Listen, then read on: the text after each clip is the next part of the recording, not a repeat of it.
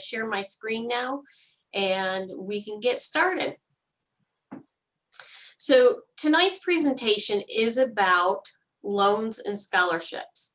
And this is going to be quite detailed because there's a lot of information that we hope people learn and know and understand that's a little bit more detailed than just filling out the FAFSA. But we are going to start with just a brief overview of the FAFSA.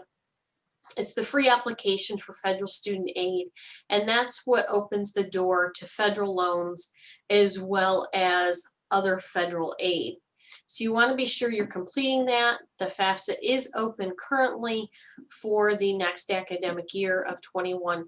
You can go to studentaid.gov and you can open that up after you obtain your FSA ID and be sure to complete that. Again, this is just basic information here. If you've attended one of our other previous presentations, you've already seen this. So we're just going to go through it. Know that the FAFSA will also be available on the app starting in December. Usually it's available now, but due to COVID and delay of certain things, they were not able to release the update for the 21-22 academic year, but that should be available in a month or so. Right now, you can see that there's a list of frequent FAFSA errors that we do see with the FAFSA. One happens to be Social Security numbers. It is highly recommended that you make sure that the Social Security number that you use and the name that you use on the FAFSA are the same as what is on your Social Security card, because they will do a database check with the Social Security Administration. And if the name and the number do not match, you could possibly have a reject. And what we will do, we'll just politely notify you that that is the case. And then we'll just need a copy of a signed Social Security card to make sure that the information is corrected. Or you can feel free to correct that yourself. Some of the other things, remember that the U.S. income taxes paid are not what has been withheld from your paychecks, but what you actually pay on your tax return. And the great thing about doing the FAFSA on the web as well as on the app is that there are little question marks with a circle around them. They have a lot more detail about a given question. So we encourage you, when you're going through it, if you have a question, and sometimes even if you don't have a question, but as a double check for yourself, feel free to click on that question mark. It'll open it up and it'll give you the full detail of all the information you would need to complete that question. There, of course, are general types of aid, what we call gift aid, and then self-help. So now we're going to dive deeper. So when you get back the student aid report, keep in mind that student aid report is the results of the FAFSA. It is going to come back to the student through the student's email address. And what you can see on the screen in front of you is a sample of what that letter, that initial letter, will look like from the processors. One of the things that's highlighted for you in that purple box is that it has a data release number, or the DRN. It also has expected family contribution, and there it's a 6-digit number. And on this example, you'll see an asterisk and you'll see a C. What the asterisk means is that this particular student was selected for verification. Now, that doesn't mean that anything is wrong with the FAFSA. It just means that 1/3, and this particular student fell into the 1/3 group that were selected by the federal processors in order to verify the documents, the information that was provided on the FAFSA with documents that the school is going to ask you to submit. Now, there could be a few variety of documents that they're going to ask you to submit. Some can be W-2s from anybody whose information is on the FAFSA. Some of it can be a signed federal tax return or a tax transcript. Some of the other information that they may ask you for is a verification worksheet to confirm the number of people that you have said are in your household. Those documents, again, are going to be submitted to the school, not to the federal processors, and they're going to look at that information and confirm it. The other thing that you notice on here is the C flag, and what that generally means, again, is that nothing is wrong with the FAFSA. It just means that, hey, that Social Security number doesn't match the name that was provided to the Social Security Administration. Or it could mean that if you were a male and you did not register for selective service, when they did that database check, that it's going to say, hey, you need to make sure that you do that before federal funds can be released. All that information that I just explained to you is going to be in the body of the letter. So be sure you're reading that so that you can have all the information. And again, the schools are going to reach out to you and tell you exactly what documents they need. Something else that's really important is satisfactory academic progress. Now, this is something that won't be important the first year of college, but definitely the second and future years. The federal government requires that schools keep track of satisfactory academic progress of students. There are two parts to this. One is called PACE, and that basically means your passing rate. So of all the credits that your student is taking, they have to be passing at least 67% annually in order to remain in good standing for federal aid. The other part is, of course, GPA. Now, this GPA for the satisfactory academic progress of federal aid may be different than the GPA requirements that a school has for their merit or institutional funds. So make sure you know what both are, because your student, you want to ensure that your student is receiving all the aid each year that they're eligible to receive it. The next detailed piece we want to talk about is the cost of attendance. And this can be termed cost of attendance or budget. It's basically the categories that make up the amount that it can cost for you to go to college. Now, there's a few parts that we want to talk about here. The first one are direct costs. Now, your direct costs are tuition fees, room and meal plan, if you are living on campus. So direct costs are the ones that you're going to see charged on the student's bill. It may not be exactly how it's laid out here. Keep in mind, each school can vary slightly. So I know some colleges include books as the part of their cost of attendance. So, and a direct cost, so that would be charged on their student bill, and that would be a part of it, which means then they would not be a part of the indirect costs. However, most colleges do not do that. So you want to keep in mind that indirect costs would be costs that it takes for a student to go to school, but that they will not see charged on their bill.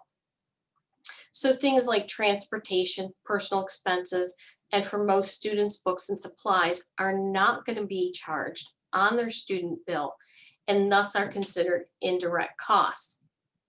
Both the direct costs and the indirect costs together are what create the cost of attendance. So why does it matter? Well, the cost of attendance can impact the amount of aid that your student is eligible for at a particular college.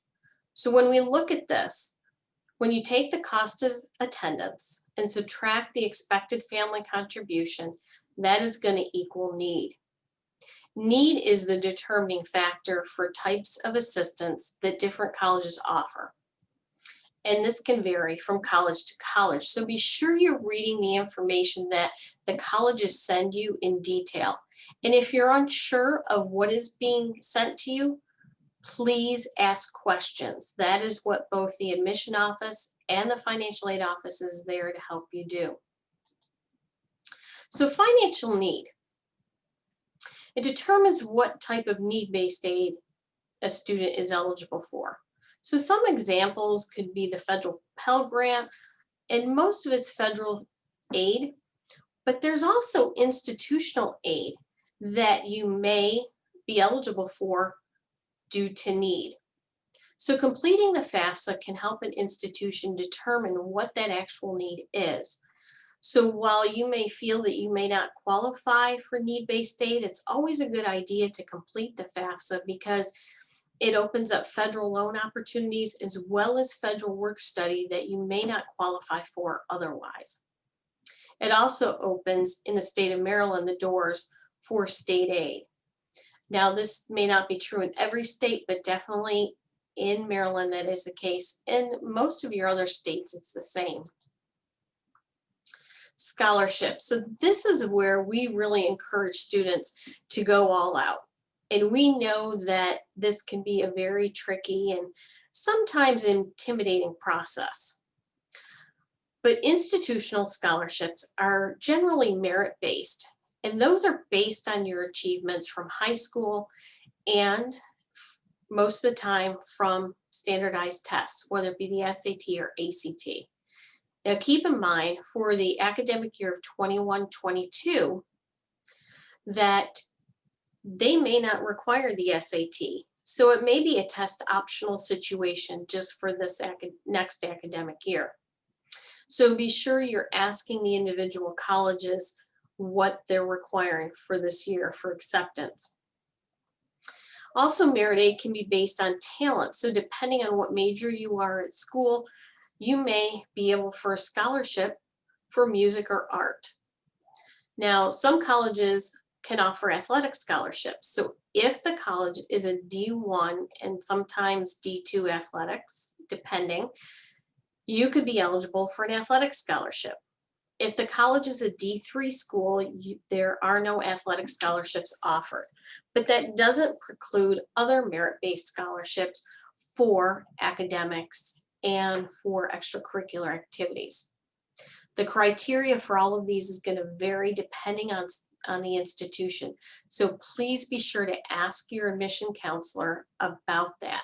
They certainly can help you. They can also help you by directing you to the appropriate either department or professor that can help potentially award those scholarships as well.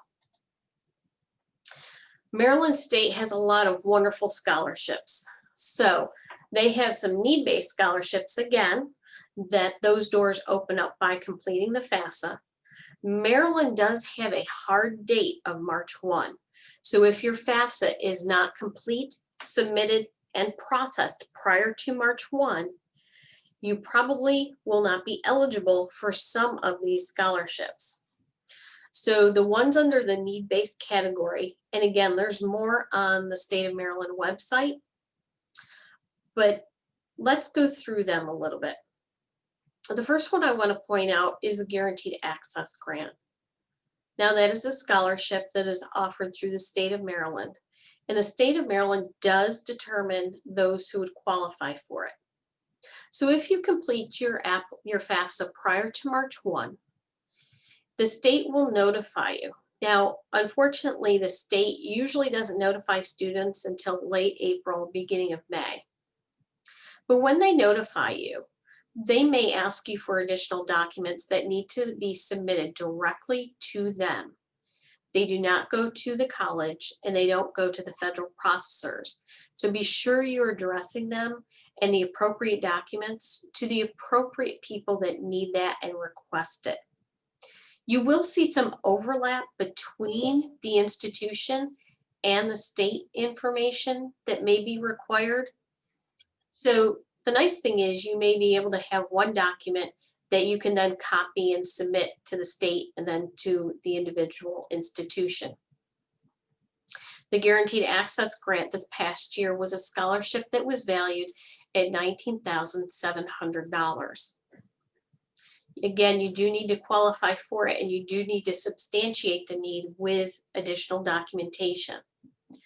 Once the state awards that, then the state will notify the individual student. They have time, a certain amount of time to accept that award. So with that, it's a good idea if you live in the state of Maryland to set up an account with MDCAPS so that you can accept those funds as they become available to you. Note that the state of Maryland will notify you 2 times or 3 times via email and then once via a hard letter that will be mailed to you. If you do not accept that scholarship within the time allotted, they may take that scholarship away. So be sure you're paying attention to that. They give you about a month to accept that. And should you accept it and say, I'm going to go to one school, and then later on change your mind and go to a different one, that's okay. You can change that with the state. The second one I want to speak about is the Educational Assistance Grant. This is very similar to the Guaranteed Access Grant. However, the amount that it gets awarded, the maximum is $3,000 for the student for an academic year. Both of these scholarships do have requirements for the number of credits you have to pass in a given year. That usually starts in your sophomore year. Again, reach out to your financial aid office if you've been awarded these scholarships. They will help you by figuring out what you need to do to keep and maintain them. The information is also on the state website. In addition to those 2 main scholarships, the state, as you can see that we have listed, has several others. I highly encourage you to look at the state website and then read up on each of these. The next group is the legislative scholarships. So there are state senator and state delegate scholarships that can be awarded to you. You would need to reach out to your state senator and your state delegate in about March. And during that time, they're going to tell you what they need for their application process. Now, some have a full application process and require some additional information. Some, it's as simple as completing one form and you submit that to them, because those are funds that are given to them to determine who they want to award that to. They each have their own criteria. But definitely reach out to all that you are, that work for your area that you live in.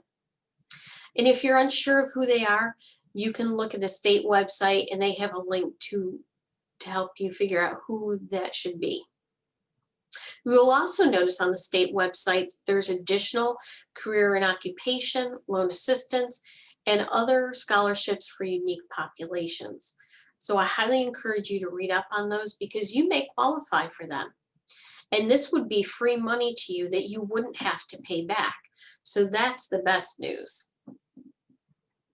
Outside scholarships. Now, these are scholarships that aren't offered by the state, aren't offered by the federal government or the institution. They're scholarships that are awarded by outside organizations, such as your civic organizations or clubs, such as the Rotary Club, the Lions Club, Raritan, and many others. They could also be awarded through an organization such as the Community Foundation of Frederick. Now, in the state of Maryland, there are a number of counties that have community foundations. The wonderful thing about these is that you can then apply for them. And I'm going to go into a little more detail in a few future screens. Keep in mind that the criteria for each of these scholarships is going to vary and that the organization can determine what that criteria is. The other thing is sometimes it's based on academic achievement, sometimes it's based on talents. So be sure you're looking at that and finding out what that is. Now, if you attend a school in the county of Frederick, the counseling offices at the high schools are wonderful at pushing this information out to the students. So make sure the student is logging on regularly and checking what scholarships that the high schools know are available, because they're going to have a lot of the detailed information. And so should your student need an academic transcript to be submitted with that, then they can help you with that as well. So how to find outside scholarships? Well, you can see on this list of websites, there are several that are there. Now, we know that these are trusted scholarship search engines. There are also more than what's listed here. So while we're pointing out these few, know that there are others. Two that I want to pay special attention to are the CF Fredco and the centralscholarship.org. In both of these cases, the CF Fredco is the community foundation and centralscholarship.org. The great thing about both of these organizations is you fill out one scholarship application and they work with several other organizations to match scholarships to students. So for example, they could work with anywhere from 70 to 150 different organizations that have varying criteria. And instead of you having to fill out that many applications, you just fill out one, and then they do the work of matching scholarships to your application. Both of these organizations have a scholarship window of where you can apply and go to their websites to complete them. Centralscholarship.org also has 0% interest loans that you may qualify for. Keep in mind that the schools do not have any say into what these scholarship organizations, what they offer to you and what their criteria are. So I would be carefully reviewing the criteria and the other information they may require. So here's some tips that can help you when you're looking for all these, because there are thousands out there. You want to be sure you're planning ahead. One of the key things that I can offer you is set up a spreadsheet. You want to include on that spreadsheet the name of the organization, the due dates, the documents that they require, the dollar amounts they offer, and then you need to build in some lead time. So if there's a scholarship that may be available to you or that you feel you would fit the criteria with, then you want to be sure you're filling that out. So let's say it's due December 1st. I would definitely start looking at that and compiling all the documents you need to submit with that. Some are going to require an essay. Some may require some other information or a recommendation letter. So you want to give people enough time to prepare that for you. Be sure you're telling them what the deadline is and when you need that information by, so that you can be sure to submit that timely. It's best if you submit all the documents at one time together. Another key idea is creating several essays, ones that you think would be good. Sometimes it's an essay about a challenge you've had to overcome. Sometimes it could be about something that in your life inspired you. I would prepare a few of them, and I'm sure your English teachers can help you with that and review the writing to make sure they're good to submit. You also want to consider some unconventional options, and you never know. Some employers help their employees by offering scholarships to employees' children. So that could be one option to take a look at. You want to be sure you're dedicating enough time to this process, because while it may seem long and seem like a lot of work, the benefits can be wonderful. So make sure you're taking time. We find that the students that have the most success in reducing the debt that they would walk out of college with are the ones that spend the time looking for outside scholarships and applying for them. You also want to think of your major, what you're going for, and you may want to broaden that and look at the variations of that. So for example, if you're looking at a degree in something that has to do with computers, there may be something specific out there for cybersecurity or networking. There could also be something for software development. So keeping it narrow as far as just computers may be too broad. So you may want to look under cybersecurity, you may want to look under networking. If it's finance, you want to consider business, accounting, marketing, because all those are considered business majors. You can do the work yourself, and you don't need to pay somebody to do it. What we often tell families is it's best not to pay someone unless they're going to 100% guarantee that the amount that you're paying them will equal at least the amount of scholarships you're offered. I'll be honest, I have yet to see one that will do that and come through. So spend your time wisely. Make sure that you're looking at a plan. If you happen to be a junior or a sophomore and you're thinking, I really want to plan ahead because I want to know what I have to do, you could start that process now as well by looking at and seeing what scholarships are offered.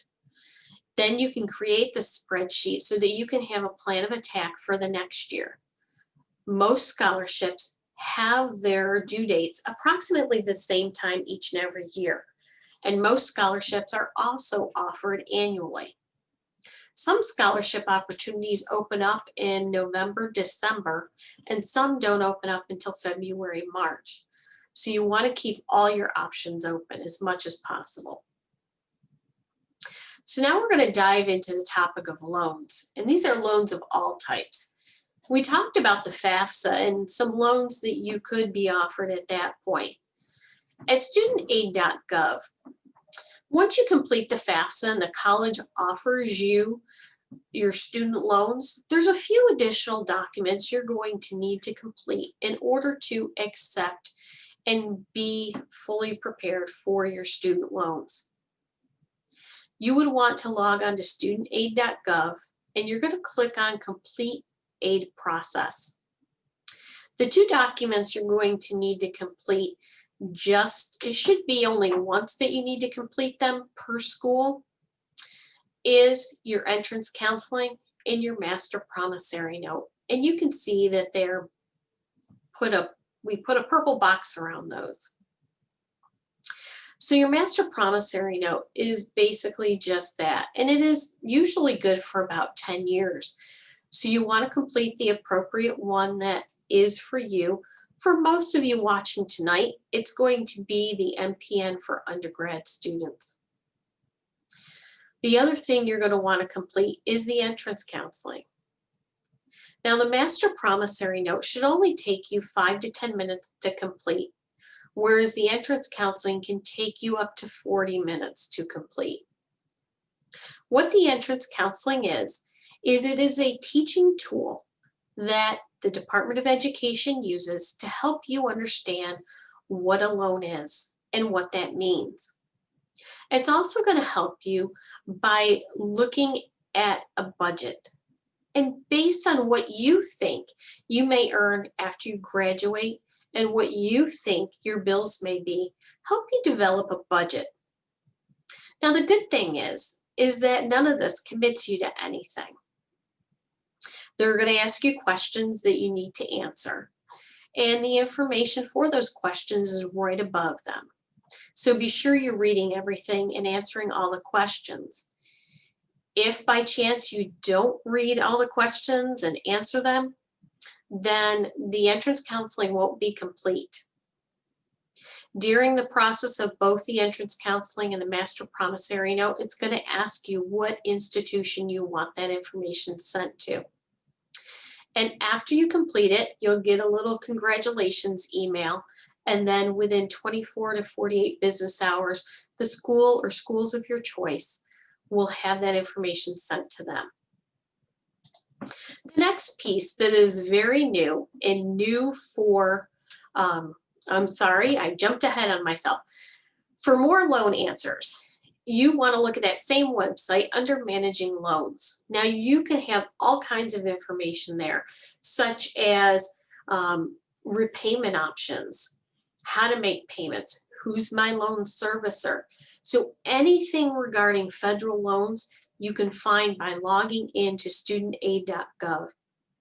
And once your loans get processed, you want to refer back to this website each and every year or whenever you have questions about your student loans, because this website will be able to keep track of how much in loans you have borrowed up to that point. So make sure you have that studentaid.gov website handy. So let's talk a little bit about the difference in the student loans. So when you receive your award notification or award letter from the financial aid offices, you could see up to 2 different types of loans that you, the student, have been offered: a subsidized loan or an unsubsidized loan. Now, the difference between the two is just who is responsible for the interest while the student is in school. So for the subsidized loan, the federal government is paying the interest on that loan while the student is in school and enrolled at least half time. For the unsubsidized loan, the family or the student is responsible for the interest while the student is in school at least half time. For both of these loans, the student can defer the payments on all, including the interest, until after the student graduates. Each school is going to offer you the maximum that you are eligible to receive for that college. Keep in mind, you do not have to borrow all that you have been offered, but it is a requirement that we offer you the maximum. You can choose to decrease the amount or decline the loan altogether. That is up to you. Now, this is another part that's a little bit tricky. The interest rate for a loan that you are offered is fixed on that loan for the life of that loan for that academic year. So what that essentially means is, for example, for the academic year of 21-22, when that interest rate is there, it is good on that year's loan of 21-22 for the entirety of that loan until that's paid off. The interest rate for the following year of 22-23 could be different and is going to be fixed on that academic year's loan for the life of that loan until it's paid off. So if you have more specific questions about that, because I know that can be tricky, please let us know. We'll be happy to answer you.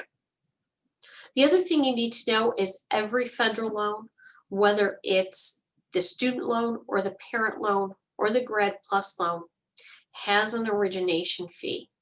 That also changes each year. For current rates, please log on to studentaid.gov. Though that information is kept up to date there. If you can't find the information, you certainly can email our office or call us and we can provide that to you. I will tell you at this time, we don't know yet what next year's rate is going to be. We won't find out until late next spring.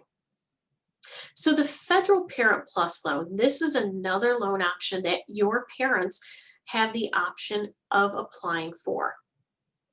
Now, the parents can choose the amount they want to borrow, or they can let the school offer the maximum that they would be entitled to.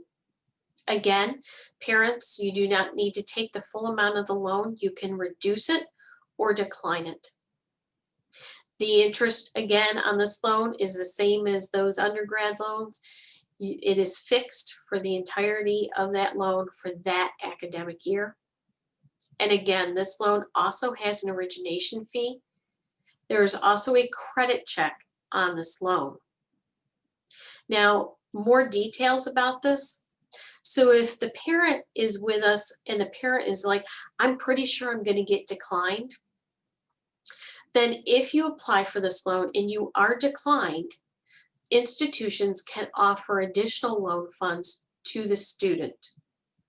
So be sure that if your student needs additional funds, whether you would be approved or not, it's not a bad idea to apply for it, but it is not.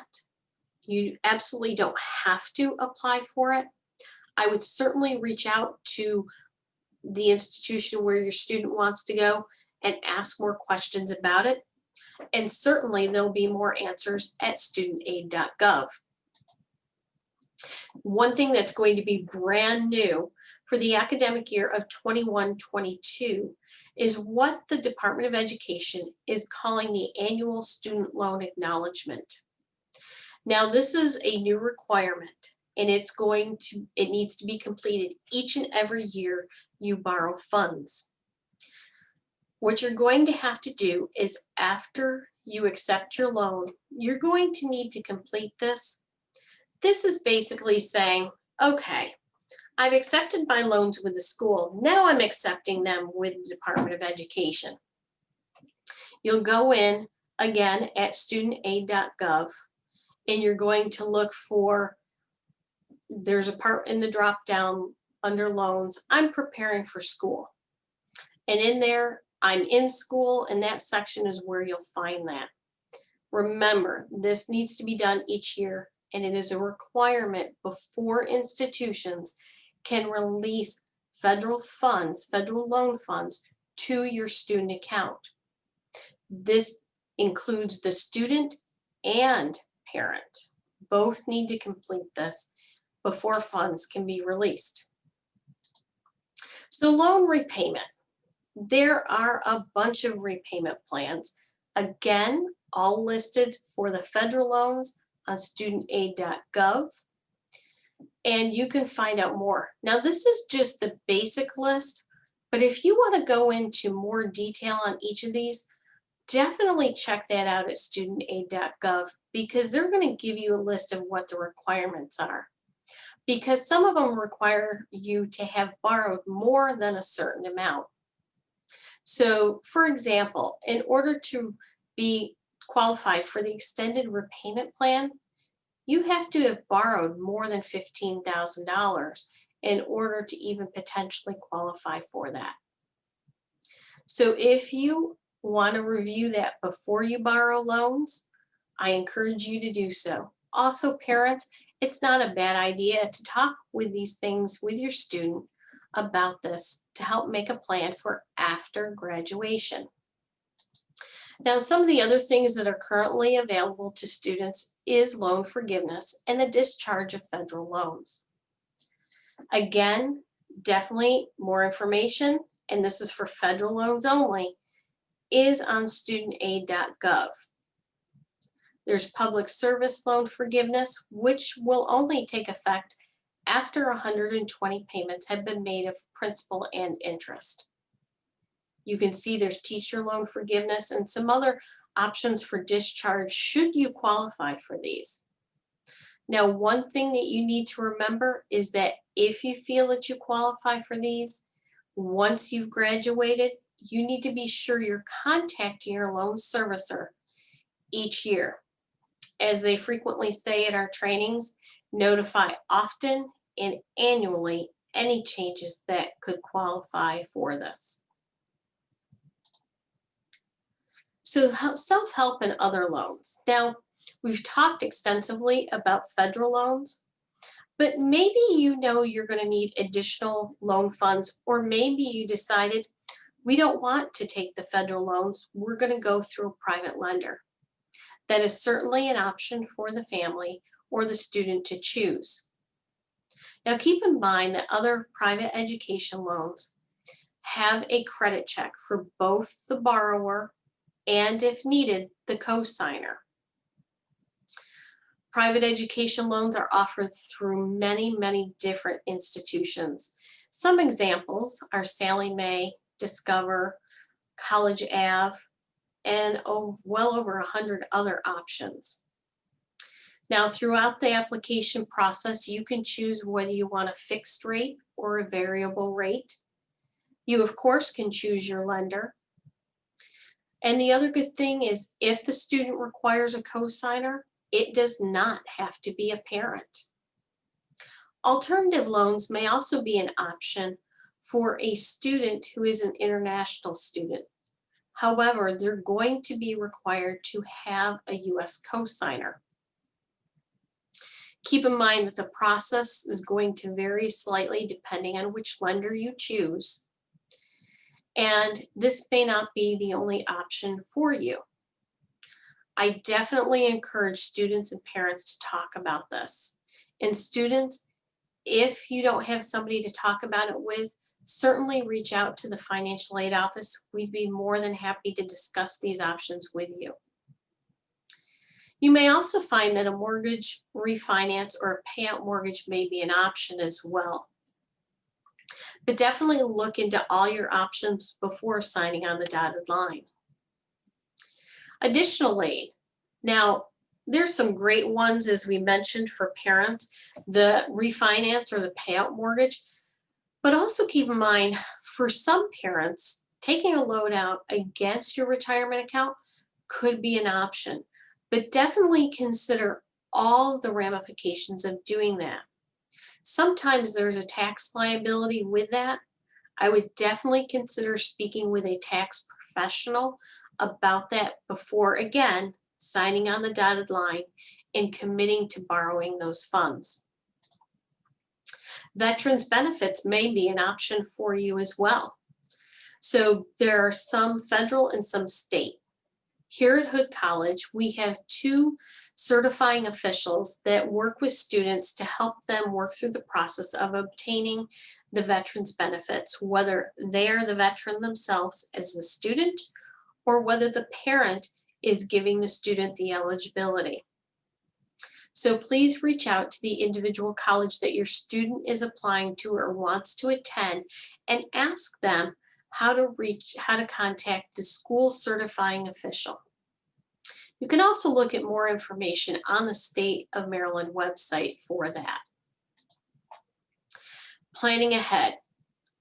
Please remember to account for every year that you're going to be in college, not just the first. Also include grad school if that is something you're looking to do. Starting to save any time before that first day of college is a great time to do so, including summers. You want to prepare a budget that takes into account all the costs: tuition fees, your books, the potential costs for books, transportation, and other expenses that may come up. Be creative. Now we've given you some tips and ideas of where to go and look to help find funding sources to help cover all of this. Doing so can help you reduce the debt that you could walk out of college with. And that's what we would like to see for you. Again, here's some additional helpful websites that have, most of which have been a part of this presentation. So please review those. We also have them on our college website. And here's the college information that we would be happy to talk with you. You can email us or call us. And this presentation also will be posted so you can review it in the future. I know I've done a lot of talking, so now I'm going to stop sharing my screen, and now is the time for you to be able to answer or ask questions to us. We will also open some chat rooms